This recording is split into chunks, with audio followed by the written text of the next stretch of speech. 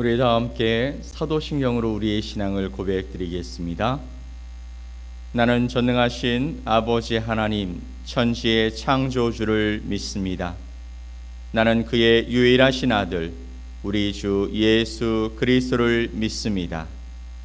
그는 성령으로 잉태되어 동정녀 마리아에게서 나시고 본디오 빌라도에게 고난을 받아 십자가에 못 박혀 죽으시고 장사된 지 사흘 만에 죽은 자 가운데서 다시 살아나셨으며 하늘에 오르시어 전능하신 아버지 하나님 우편에 앉아 계시다가 거기로부터 살아있는 자와 죽은 자를 심판하러 오십니다.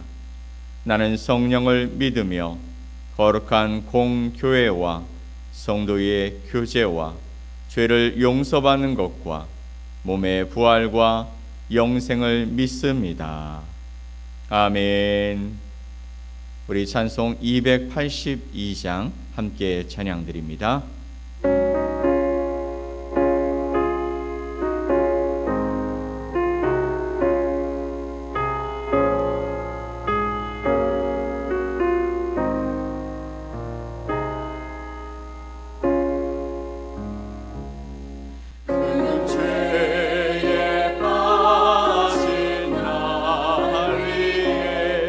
주보혈을 여주시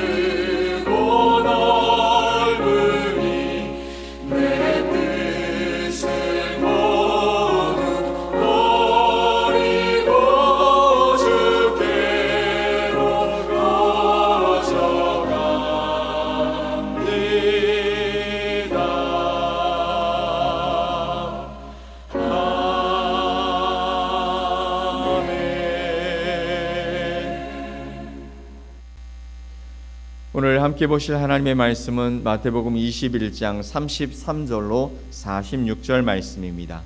마태복음 21장 33절로 46절 말씀을 우리 한 목소리로 함께 말씀을 보겠습니다. 다른 한 비유를 들으라. 한 집 주인이 포도원을 만들어 산울타리로 두르고 거기에 즙 짜는 틀을 만들고 망대를 짓고 농부들에게 새로 주고 타국에 갔더니 열매 거둘 때가 가까우매 그 열매를 받으려고 자기 종들을 농부들에게 보내니 농부들이 종들을 잡아 하나는 심히 때리고 하나는 죽이고 하나는 돌로 쳤거늘 다시 다른 종들을 처음보다 많이 보내니 그들에게도 그렇게 하였는지라. 후에 자기 아들을 보내며 이르되 그들이 내 아들은 존대하리라 하였더니 농부들이 그 아들을 보고 서로 말하되 이는 상속자니 자 죽이고 그의 유산을 차지하자 하고 이에 잡아 포도원 밖에 내쫓아 죽였느니라. 그러면 포도원 주인이 올 때에 그 농부들을 어떻게 하겠느냐? 그들이 말하되 그 악한 자들을 진멸하고 포도원은 제때에 열매를 바칠 만한 다른 농부들에게 새로 줄지니이다. 예수께서 이르시되 너희가 성경에 건축자들이 버린 돌이 모퉁이의 머릿돌이 되었나니 이것은 주로 말미암아 된 것이요 우리 눈에 기이하도다 함을 읽어본 일이 없느냐. 그러므로 내가 너희에게 이르노니 하나님의 나라를 너희는 빼앗기고 그 나라의 열매 맺는 백성이 받으리라. 이 돌 위에 떨어지는 자는 깨지겠고 이 돌이 사람 위에 떨어지면 그를 가루로 만들어 흩으리라 하시니 대제사장들과 바리새인들이 예수의 비유를 듣고 자기들을 가리켜 말씀하심인 줄 알고 잡고자 하나 무리를 무서워하니 이는 그들이 예수를 선지자로 알미었더라. 아멘. 오늘 읽은 본문의 말씀을 통해 사명을 망각한 욕망의 끝이라는 제목으로 여러분과 하나님의 말씀을 함께 나누겠습니다. 사랑하는 여러분, 오늘 본문의 말씀은 단순히 악한 농부들에 대한 이야기를 말씀하고 있는 것이 아닙니다. 예수님은 이 비유를 통해서 인간 안에 있는 죄의 본성과 그 욕망, 욕심의 위험성을 드러내고 계신 것이었죠. 포도원 농부들은 처음부터 살인자가 아니었습니다. 그들도 처음에는 단지 맡은 자 그리고 누군가에게 그 일을 맡겨진 자였습니다. 그런데 어느 순간부터 자신들이 주인인 것처럼 행동하기 시작했더라는 것이죠. 그리고 그 욕망은, 그 욕심은 점점 더 커져서 결국 주인의 아들까지 죽이는 상황이 되어 버립니다. 오늘 우리는 이 말씀 앞에서 반드시 기억해야 합니다. 죄는 절대 작은 상태로 머물지 않는다라는 것이죠. 작게 시작된 그 욕망이, 욕심이 결국 하나님까지 거절하는 자리로 사람을 이끌어 가더라는 것입니다. 욕망은, 그 욕심은 방치될수록 주인의 자리를 빼앗게 되어지죠. 본문 38절 말씀을 봅니다. 농부들이 그 아들을 보고 서로 말하되 이는 상속자니 자 죽이고 그의 유산을 차지하자 하고, 그 아들을 보고서 이는 상속자니 자 죽이고 그의 유산을 차지하자라고 말했다는 것입니다. 농부들의 문제는 단순한 실수가 아니라는 것이죠. 그들의 문제는 주인이 되고 싶은 욕심, 욕망이었습니다. 원래 포도원은 자기들의 것이 아니지 않습니까? 주인이 자신들에게 맡긴 것이죠. 그들은 그 소유를 맡아 사용하는 청지기일 뿐이었습니다. 그런데 어느 순간부터 맡겨진 것을 마치 자기 것인 양 여기며 가더라는 것입니다. 그래서 주인이 보냈던 종들을 거절하고 때리고 그리고 죽이기까지 했습니다. 그리고 마침내 주인이 보낸 아들까지 죽이게 되었습니다. 왜 그랬을까요? 아들을 죽이고 그 유산을 차지하자. 아들을 죽이고 그의 유산을 차지하자. 욕심과 욕망 때문이었다라는 것입니다. 사랑하는 여러분, 인간의 죄는요, 결국 하나님 없이 자신이 왕이 되고 싶은 그런 시도입니다. 하나님 없이 내가 주인이 되고 싶다라는 그 마음입니다. 내 뜻대로 살고 싶다. 내 욕망이 하나님의 말씀보다 앞서기 시작한다라는 것이죠. 그래서 죄가 일어나고 죄가 나타나고 그래서 하나님을 거부하게 된다라는 것입니다.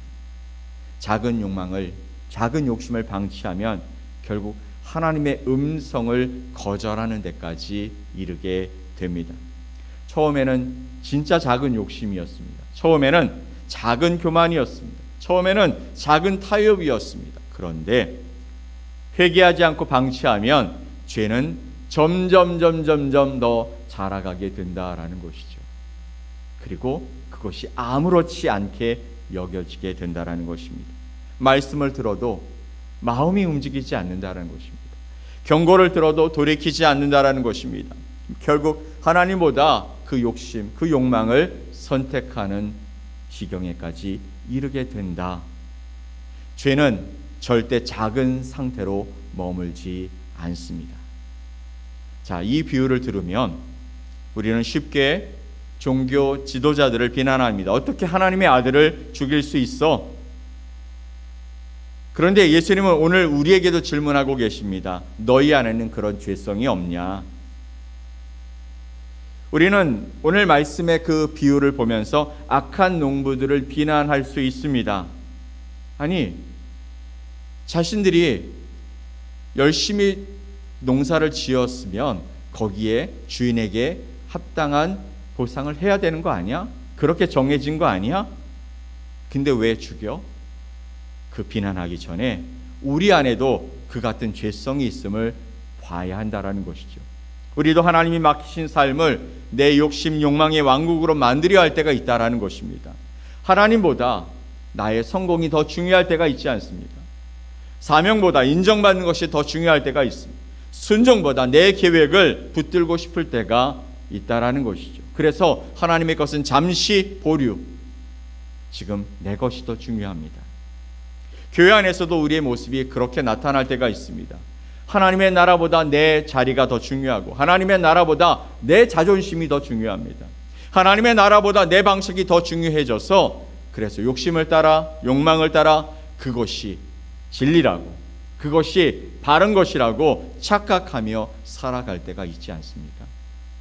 나의 삶의 지경도 마찬가지죠. 성공이라는 삶을 나의 가족을 위한 거룩한 헌신으로 포장하려고 합니다. 그런데 그 성공을 위한 방식이 무엇이냐라는 것이죠. 하나님의 말씀이 아니라 세상이 우리에게 보여주는 보편적인 공식을 그냥 나도 저 사람들처럼 하는 거야 라고 표방하고 그리고 그것을 하나님의 일과 나의 일을 혼동하고 혼용하고 합리화하는 우리의 모습은 없냐라는 것입니다. 남들도 다 하니까 이 정도는 우리 주님이 그냥 넘어가실 거야. 이렇게 안 하면 바보잖아. 이렇게 안 하면 어떻게 돈을 벌 수 있어? 이렇게 안 하면 내가 어떻게 승진할 수 있어? 이렇게 안 하면 이라고 생각하며 살아가더라는 것이죠. 이때부터 점점 하나님의 음성이 들리지 않고 하나님의 음성을 밀어내기 시작한다라는 것이죠. 사랑하는 여러분, 회개는요 한 번으로 끝나는 사건이 아니라 욕망과 싸우는, 욕심과 싸우는, 죄와 싸우는 지속적인 태도를 말하는 것입니다. 죄는요 한 번으로 끝나지 않습니다. 계속해서 우리 안에 욕심을, 욕망을, 죄의 본성의 그 즐거움들을 우리에게 자꾸만 보여주고 너 이렇게 한번 해봐, 이렇게 하면 좋을 거야, 너한테 좋은 거야 라고 말하면서 유혹하더라는 것이죠. 회개는요 한 번 끝난 것이 아니라 그것과 싸우는 영적인 싸움의 태도인 것입니다. 신앙생활은 단순히 예배 참석하는 것으로 다 끝나는 것이 아니죠. 내 안의 욕망과 죄성을 날마다 십자가 앞에 내려놓는 영적 싸움인 것입니다.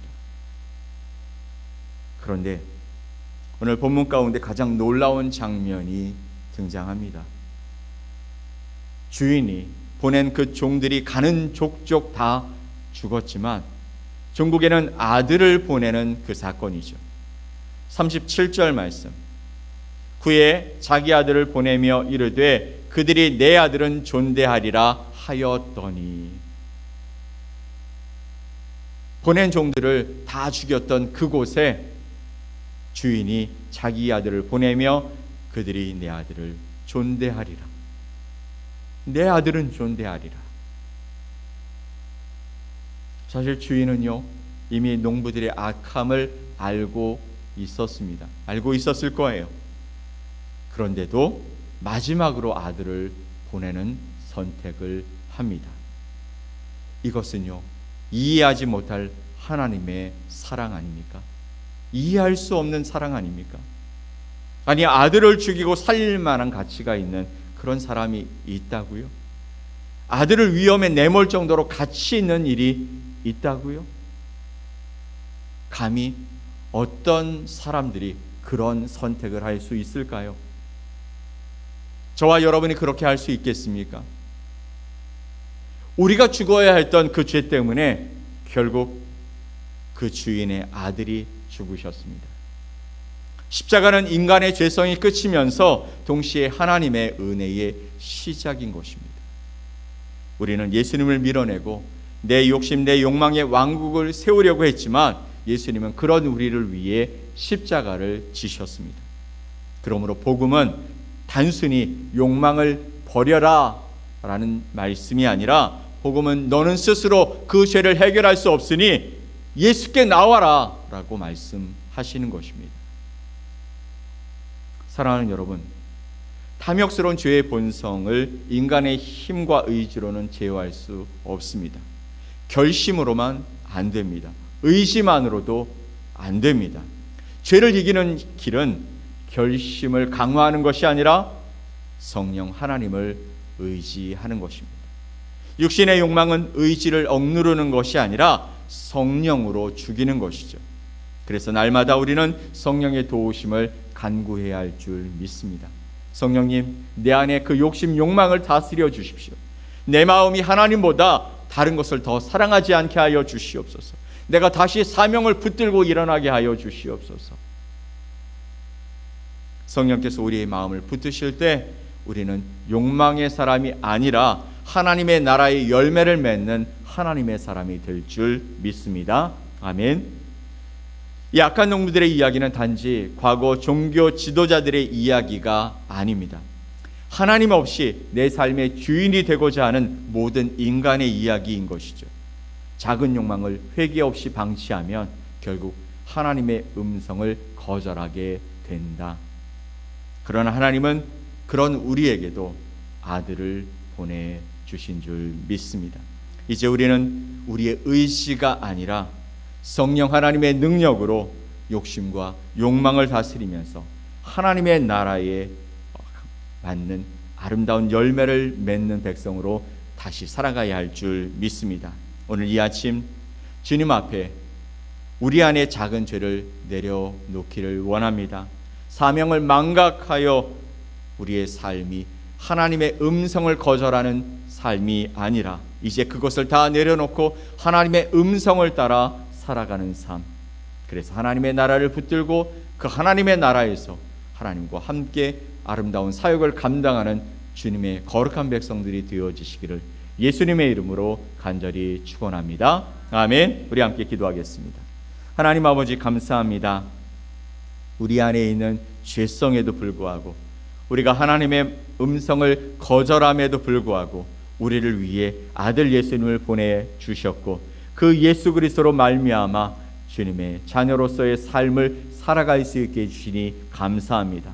여전히 그럼에도 불구하고 죄와 싸워 욕심과 싸워 이겨내지 못하고 있는 저희들을 불쌍히 여겨 주셔서 날마다 성령 하나님이 내 안에 임재하셔서 아버지 하나님 죄와 싸우게 하시고 회개하게 하시고 하나님의 놀라운 은혜 가운데 세워지는 거룩한 삶을 살아갈 수 있게 하여 주시옵소서. 주의 음성에 귀 기울이고 하나님의 나라를 소망하며 오늘도 하나님과 함께 거룩한 삶의 길들을 걸어가는 복된 자들이 되게 하실 것을 믿고 감사드리며 예수 그리스도의 이름으로 기도 올리옵나이다. 아멘. 하늘에 계신 우리 아버지여, 이름이 거룩히 여김을 받으시오며 나라가 임하시오며 뜻이 하늘에서 이루어진 것 같이 땅에서도 이루어지이다. 오늘 우리에게 일용할 양식을 주시옵고 우리가 우리에게 죄 지은 자를 사하여 준 것 같이 우리 죄를 사하여 주시옵고 우리를 시험에 들게 하지 마시옵고 다만 악에서 구하시옵소서. 나라와 권세와 영광이 아버지께 영원히 싸움나이다. 아멘.